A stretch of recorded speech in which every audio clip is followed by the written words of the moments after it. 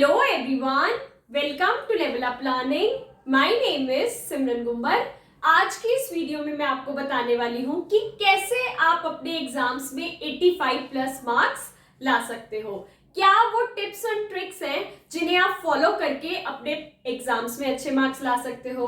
कितनी शीट्स में आंसर लिखना है, कितने मार्क्स के लिए कितना आंसर लिखना है, ठीक है, कितनी देर का पेपर होता है, कितनी शीट्स लिखनी है, कैसे टाइम को मैनेज करना है, सब कुछ समझेंगे बिल्कुल आराम से, टेंशन फ्री होके. तो फिर स्टार्ट करते हैं वीडियो. ठीक है जी. अब ये क्या है, एक मैं ना डीईसी का ना एक एग्जांपल लेकर चल रही हूँ. लेट्स सपोज आप इग्नू में कोई भी कोर्स कर रहे हो तो आपके लिए ये वीडियो बहुत ज्यादा हेल्पफुल रहने वाली है कि आप अपना एग्जाम कैसे अटेंड कर सकते हो और 85 प्लस मार्क्स कैसे स्कोर कर सकते हो. मेरे क्योंकि ज्यादा डीईसी के स्टूडेंट्स हैं तो उनके एग्जाम पैटर्न के हिसाब से कुछ चीजें समझा रही हूँ जो कि बाकी बच्चों के लिए भी इक्वली इंपॉर्टेंट रहेंगी. ठीक है, तो मैं मानकर चल रही हूँ, मान लो कि आप डीईसी कर रहे हो और आप डीईसी का एग्जाम देने जा रहे हो. ठीक है जी. उसके लिए क्या क्या चीजें आपको ध्यान में रखनी है वो देख लो. How to score 85 plus marks. 90 plus भी स्कोर कर सकते हो, 95 प्लस भी स्कोर कर सकते हो, लेकिन 85 प्लस तो कर ही लोगे. ठीक है. उसके बाद सबसे पहले ना बच्चों को बहुत ज्यादा कंफ्यूजन रहती है. क्या कंफ्यूजन रहती है? कितने घंटे का पेपर है. देखो, जो डीईसी का पेपर है ना वो 3 घंटे का पेपर होता है. 100 नंबर का पेपर होता है. कितने घंटे का पेपर होता है? 3 घंटे का. 3 आवर्स का एग्जाम है. ठीक है जी.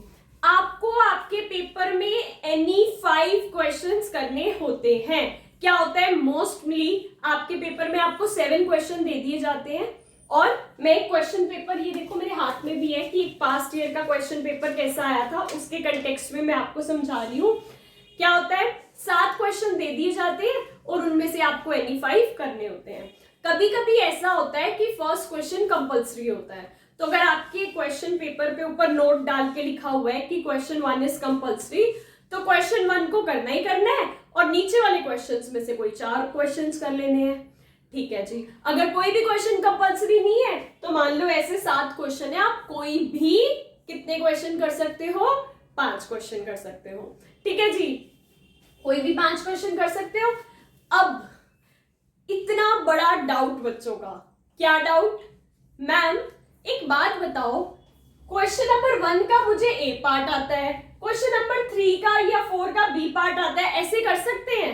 नहीं, ऐसा नहीं है. लेट्स सपोज आप मानते हो, आप सोचकर चल रहे हो कि इन 7 क्वेश्चंस में से, और मैं आपको ना इसमें ये भी बताऊंगी कि एक आंसर के लिए कितनी शीट्स में आंसर लिखने हैं. मैं प्रॉपरली विद लाइव एग्जांपल्स आती हूँ, तो ऐसे शीट में कितनी शीट्स होंगी आपके पेपर में, कितने में एक आंसर आपका आ जाना चाहिए, सब बताऊंगी. तो पूरी की पूरी वीडियो देखना बहुत ज्यादा इंपॉर्टेंट है आपके लिए. ठीक है. मान लो आपके पेपर में आए 7 क्वेश्चन, आपने 7 को फटाफट देख लिया, ऊपर ऊपर से जैसे ही क्वेश्चन पेपर हाथ में आया आप कोई 5 क्वेश्चन सेलेक्ट कर लोगे. आपने सोचा फर्स्ट क्वेश्चन मुझे आता है, छोटा सा टिक मार लिया, हाँ भाई मैं तो ये जरूर करूंगी. सेकंड, हाँ ये भी आता है, टिक कर लिया. थर्ड, हाँ ये भी आता है, ये भी करूंगी. देख रहे हो 3 क्वेश्चन हो गए. फोर्थ, नहीं यार ये नहीं आता, छोटा सा क्रॉस लगा लिया, ताकि पेपर के बीच में हबड़ा तबड़ी ना मचे, पेपर के बीच में क्योस ना मचे. पहले ही डिसाइड कर लो कौन कौन से क्वेश्चन करने हैं. 5th क्वेश्चन, हाँ यार आता तो है, टिक कर लिया.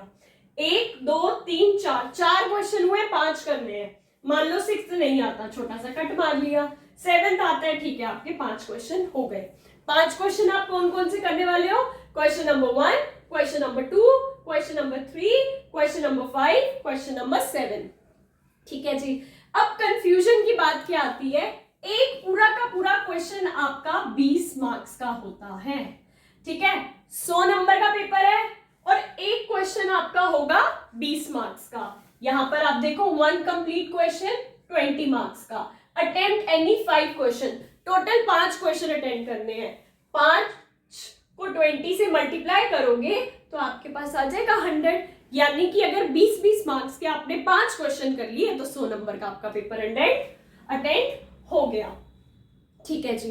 अब अगर आप ये सोचते हो कि क्वेश्चन नंबर 1 आप अटेंड कर रहे हो जो कि 20 मार्क्स का पूरा है, लेकिन ये आपका पूरा तभी होगा अगर आपने ए क्वेश्चन भी कर लिया और बी भी कर लिया.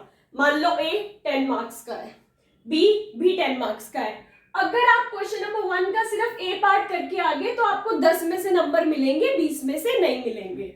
तो आप अगर क्वेश्चन नंबर 1 कर रहे हो तो क्वेश्चन नंबर 1 का A पार्ट भी करना, क्वेश्चन नंबर 1 का B पार्ट भी करना, तब आपका 20 मार्क्स का एक क्वेश्चन कंप्लीट होगा।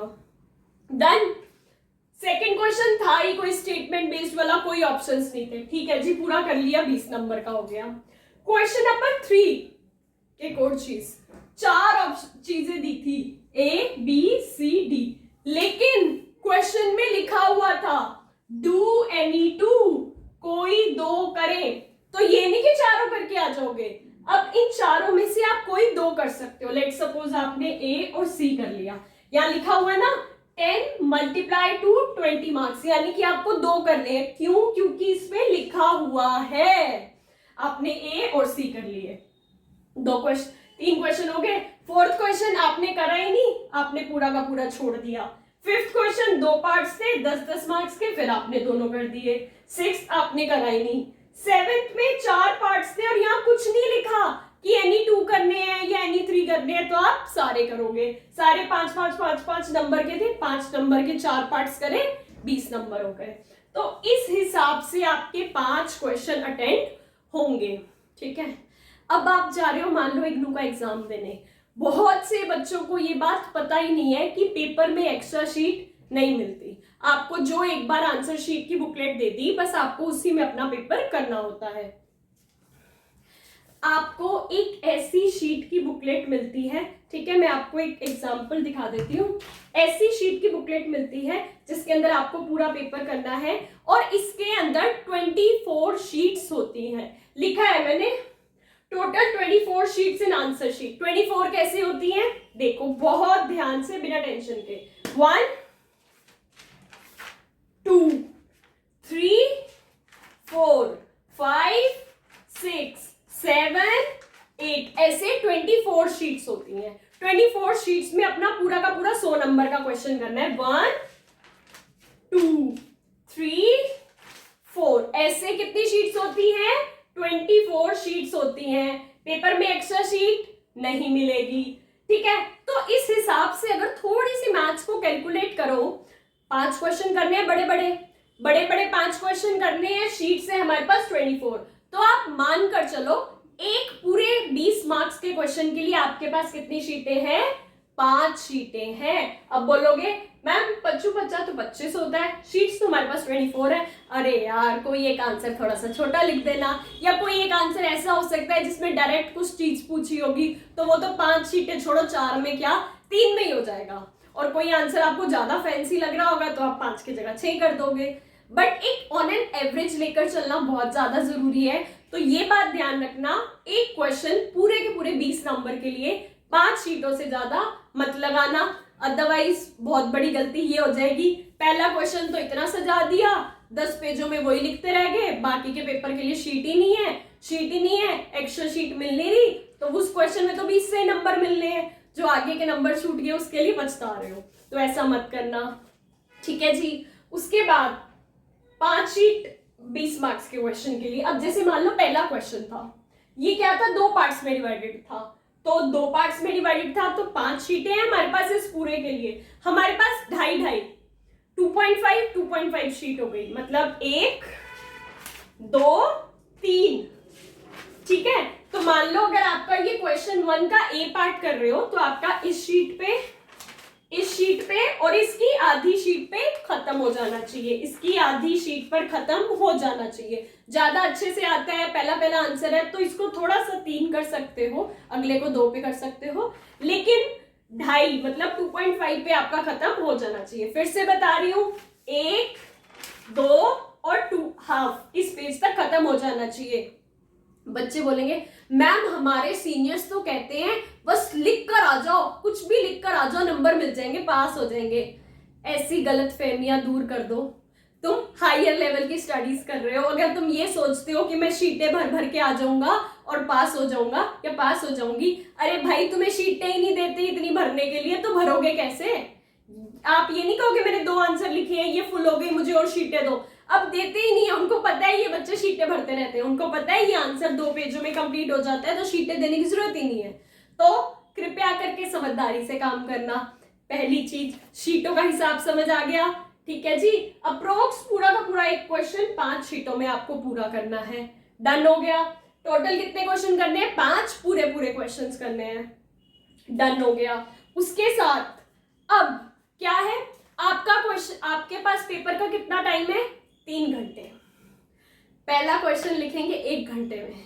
भाई हमें तो टीचर के आगे प्रेशर जताना है ना? नहीं जी, ऐसा करने की कोई जरूरत नहीं है। कोई जरूरत क्यों नहीं है? देखो, हर क्वेश्चन के लिए आपके पास अप्रोक्सीमेटली 30 मिनट्स है। 30 मिनट्स यानी कि आधा घंटा।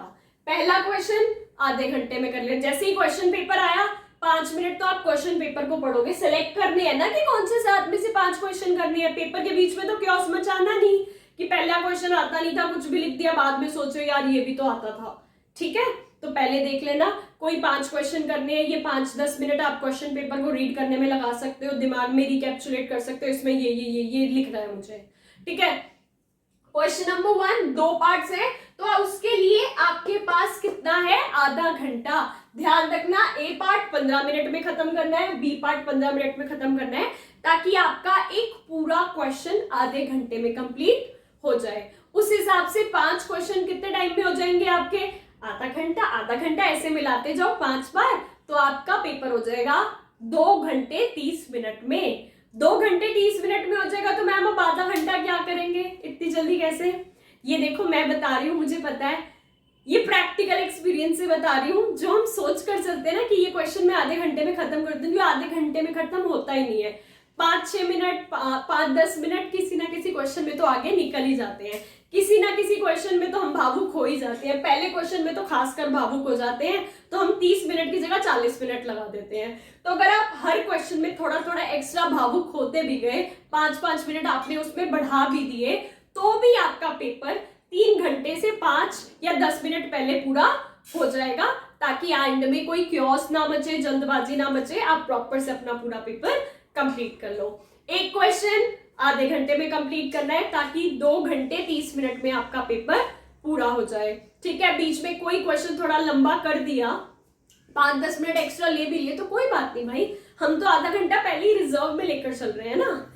ठीक है, और उसके बाद आपके एग्जाम्स की जब एडमिट कार्ड आएंगे, मैं चैनल पे वीडियो डाल दूंगी कि एडमिट कार्ड आ गए हैं, ऐसे डाउनलोड करके लेके जाना है। आपको यूजुअली अपने एग्जाम में एडमिट कार्ड लेकर जाना होता है, अपना इग्नू का आई कार्ड लेकर जाना होता है, और जैसे जिन बच्चों के पास अपना इग्नू का आई कार्ड नहीं होता, तो वो अपना कोई भी जैसे गवर्नमेंट अप्रूव्ड वो आईडी कार्ड ले जा सकते हैं, जैसे कि आधार कार्ड होता है या ड्राइविंग लाइसेंस, जो भी वहां पर एडमिट कार्ड में मेंशन होगा, और जो जो डिटेल्स होंगी वो आपको ध्यान रखनी है। ठीक है, एडमिट कार्ड पे मेंशन होता है आपका जो भी एग्जामिनेशन सेंटर है, एग्जाम की डेट और कौन सी शिफ्ट में है, वो सब देख लेना। ठीक है, उसके बाद मैम पेपर इस हिसाब से अटेंड करेंगे तो अच्छे मार्क्स आएंगे? हाँ जी, बिल्कुल आएंगे। ठीक है, अब उसके बाद देखो, मैं तो आपको ना ऐसे सजेस्ट, अब कुछ बच्चे होते हैं महान, पेपर आया, इधर तो लाइनें डली हुई हैं, स्केल लेके शुरू हो जाएंगे इधर इधर लाइनें डालने। मत, कृपया करके अपनी एनर्जी मत वेस्ट करना। ये मत करना यहाँ भी लाइनें लगा रहे हो, वहां भी लाइनें लगा रहे हो, तुम्हारे पास पहली शीटें कम है, थोड़ा ज्यादा लिख लोगे तो भला हो जाएगा। नया क्वेश्चन ऐसे बीच में बॉक्स बना के स्टार्ट करना, ताकि अगर आपका पेपर जल्दबाजी में भी चेक हो रहा हो तो पता चल जाए यहाँ से न्यू क्वेश्चन स्टार्ट हो रहा है, यहाँ मैंने न्यू क्वेश्चन लिख के एक्सप्लेन कर दिया। आप पॉइंट्स के लिए पहले अच्छा सा फ्लो चार्ट बना सकते हो, उन पॉइंट्स को प्रॉपर उदाहरण के साथ लिख सकते हो। देखो, पॉइंट लिखा उसका उदाहरण, पॉइंट लिखा उसका उदाहरण, एंड में निष्कर्ष लिख सकते हो, कंक्लूजन लिख सकते हो कि पूरे आंसर को रैप अप करके आप क्या समझाना चाहते हो। ये कुछ टिप्स एंड ट्रिक्स होती है जो कि एग्जामिनर को फील करवाती है कि हाँ भाई कोई बच्चा ऐसा मतलब पढ़ा लिखा बच्चा है जो बहुत अच्छे से आंसर को प्रेजेंट कर पा रहा है।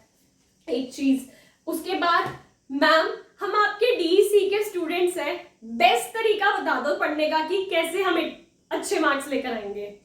2-3 तरीके बता रही हूँ, जो सबसे बेस्ट लगे उसे मान लेना। पहली चीज, मैंने बहुत ही मेहनत करके हमारे डीईसी के नोट्स बनाए हैं, जैसे कि आपको पता भी होगा, ये different subjects DECE 1, 2, 3 Hindi English medium, सब मीडियम मतलब हिंदी मीडियम के अलग है, हिंदी मीडियम के अलग है। ये मेरे द्वारा बनाए गए मेरे हैंड रिटन नोट्स हैं, जिसके अंदर पूरे सिलेबस में से जो भी आपकी इंपॉर्टेंट चीजें हैं, ठीक है, जो पास्ट ईयर्स में क्वेश्चंस आ रखे हैं वो मैंने कवर कर रखे हैं बेस्ट तरीके से, ताकि आपको शॉर्ट में सारी चीजें समझ आ जाए कि ऐसे ऐसे आंसर लिखना है, ऐसे ऐसे अटेंड करना है। एंड मतलब I feel lucky and blessed कि ये नोट्स पढ़कर बच्चे इतने अच्छे मार्क्स स्कोर करते हैं, 85+। इनफैक्ट पिछली बार तो एक बच्चे के 97 98 मार्क्स आए हैं, तो मुझे लगता है पूरा इग्नू का टॉपर ही हमारा गया होगा, for which I am really thankful. पर सब्जेक्ट 100 रुपीज के आपको ये डीसी के नोट्स मिल जाएंगे। वो आप लेवल अप लर्निंग का कॉन्टेक्ट नंबर आपको वीडियो के डिस्क्रिप्शन से मिल जाएगा, वहां से कॉन्टेक्ट करके ले सकते हो। अगर मेरा एग्जाम प्रिपरेशन कोर्स लेना चाहते हो, सेकेंड ऑप्शन, मेरा एग्जाम प्रिपरेशन कोर्स लेना चाहते हो जिसमें तीनों सब्जेक्ट्स की मेरी क्लासेस मिलेंगी, रिकॉर्डेड क्लासेस मिलेंगी, जब मर्जी बैठ के देखना चाहो देख सकते हो। 17-18 क्लासेस होंगी और वो 17-18 क्लासेस में तीनों सब्जेक्ट्स कवर, ठीक है। साथ में नोट्स मिलेंगे, रिविजनरी क्लासेस मिलेंगी, और कोई भी तुम्हारा डाउट आएगा वो मैं सॉल्व कर दूंगी। वो लेना चाहो उसकी भी डिटेल्स डिस्क्रिप्शन में गिवन है, वो ले सकते हो। मैम ये तो रही पैसे वाली बात है, कोई फ्री का ऑप्शन बताओ। फ्री का ऑप्शन ये है, यूट्यूब पर सर्च करोगे लेवल अप लर्निंग, हमारा चैनल आ जाएगा।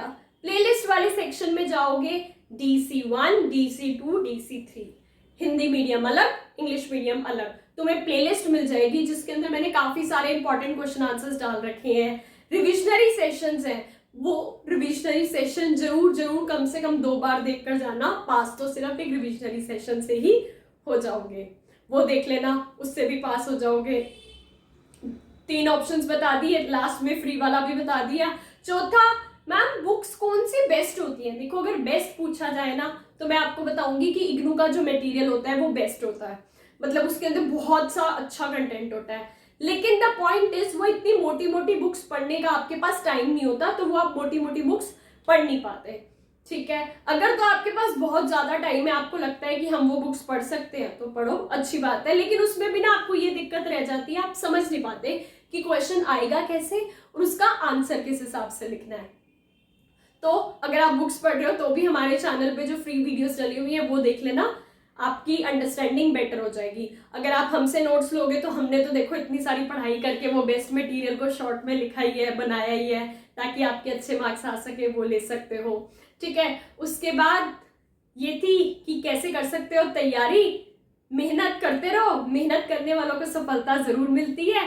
और अगर आप इग्नू से कोई भी कोर्स कर रहे हो और आपको इग्नू के सॉल्व्ड असाइनमेंट चाहिए, प्रोजेक्ट चाहिए, टेस्ट पेपर्स चाहिए, जो कि हमेशा बच्चों को मदद करते हैं अच्छे मार्क्स स्कोर करने की, तो लेवल अप लर्निंग का कांटेक्ट नंबर आपको वीडियो पर शो हो रहा होगा, वहां से कांटेक्ट करके ले सकते हो। All the very very best, God bless you. अच्छे मार्क्स स्कोर करना, बहुत अच्छे मार्क्स लेकर आना, और अपनी अच्छी जब मार्कशीट्स आ जाएंगी उसके ग्रेड कार्ड के पिक्चर्स हमारे लेवल अप लर्निंग के कांटेक्ट नंबर पे भेज देना, ताकि हमें भी पता चले हमारे स्टूडेंट्स ने कितने अच्छे मार्क्स लिए हैं, ठीक है जी। कोई डाउट रह गया हो कि तैयारी कैसे करनी है, या कोई और छोटा मोटा डाउट हो, वीडियो के नीचे कमेंट करके पूछ लेना, मैं उससे जरूर आंसर करूंगी। पढ़ते रहो, हंसते रहो, मुस्कुराते रहो, आगे बढ़ते रहो, तुम्हें सक्सेस जरूर मिलेगी। जरूरत है तो बस थोड़ी सी मेहनत की, थोड़ी सी भी क्यों, थोड़ी ज्यादा मेहनत कर लेना, ताकि खूब तरक्की करो। All the very best, thank you.